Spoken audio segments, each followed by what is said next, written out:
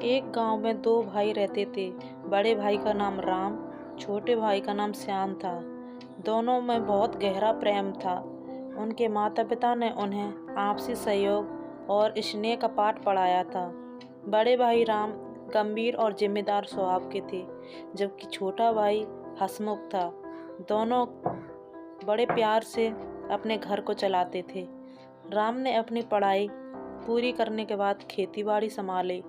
वह सुबह से शाम तक खेतों में मेहनत करता और घर का खर्चा चलाता था। दूसरी ओर श्याम पढ़ाई में होशियार था और उसने शहर जाकर नौकरी करने का सपना देखा। पिता की मृत्यु के बाद दोनों भाइयों के पास एक बड़ी जमीन और पुराना घर रह गया। राम ने सोचा कि वह खेत संभालेगा, जबकि श्याम अपनी पढ़ाई पूरी करने के बाद शहर जाएगा। श्याम ने शहर जाकर एक छोटी नौकरी शुरू की। वह हर महीने राम को पैसे भेजता ताकि घर और खेत की देखभाल हो सके। शुरू में सब कुछ ठीक चल रहा था, लेकिन राम खेतों में कड़ी मेहनत करता और श्याम अपनी नौकरी में तरक्की करता गया।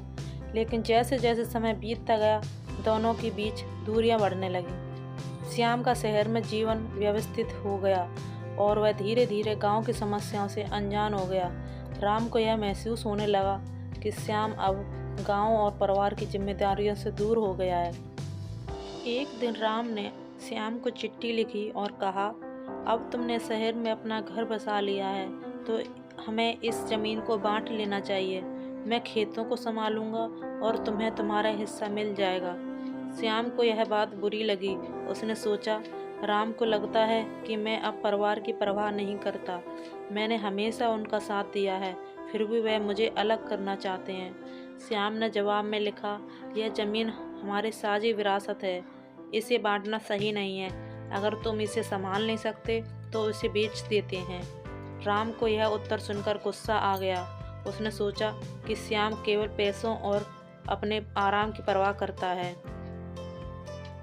राम और श्याम के बीच चिट्ठियों के माध्यम से यह विवाद बढ़ता गया। गांव में भी लोग दोनों के झगड़े की चर्चा करने लगे। परिवार के अन्य सदस्यों ने भी दोनों को समझाने की कोशिश की, लेकिन कोई नतीजा नहीं निकला। श्याम ने एक दिन फैसला किया कि वह गांव जाकर राम से आमने सामने बात करेगा। श्याम गांव पहुंचा और राम से मिलने गया। दोनों ने एक दूसरे के कई सालों बाद मुलाकात की, लेकिन बातचीत में जल्द ही गर्मा गर्मी होने लगी। इस बीच गांव में आग लग गई। राम और श्याम के घर के पास के खेतों में आग फैल गई। आग को देखकर दोनों भाइयों ने अपने झगड़े को भूलकर आग बुझाने की कोशिश शुरू कर दी। गांव के अन्य लोग भी मदद के लिए आए।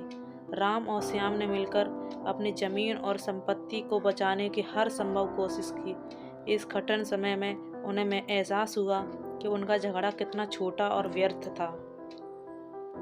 आग बुझाने के बाद दोनों भाई एक पेड़ के नीचे बैठकर बात करने लगे। राम ने कहा, श्याम, मैंने हमेशा सोचा था कि तुमने मुझे और इस गांव को भुला दिया है, लेकिन आज मैं समझ गया कि तुम्हारे बिना मैं अधूरा हूँ। श्याम ने जवाब दिया, भैया, मैंने कभी भी आपको या इस ज़मीन को नहीं बुलाया। मैं बस अपने तरीके से परिवार की मदद करना चाहता था, लेकिन शायद मैं अपनी भावनाएं ठीक से व्यक्त नहीं कर सका। दोनों ने अपनी गलतफहमियों को दूर किया और यह तय किया कि वे संपत्ति को बांटने की बजाय मिलकर संभालेंगे। श्याम ने वादा किया कि वह शहर से हर महीने आकर राम की मदद करेगा। इसके बाद दोनों भाइयों ने मिलकर अपने घर और खेतों को दोबारा सजाया।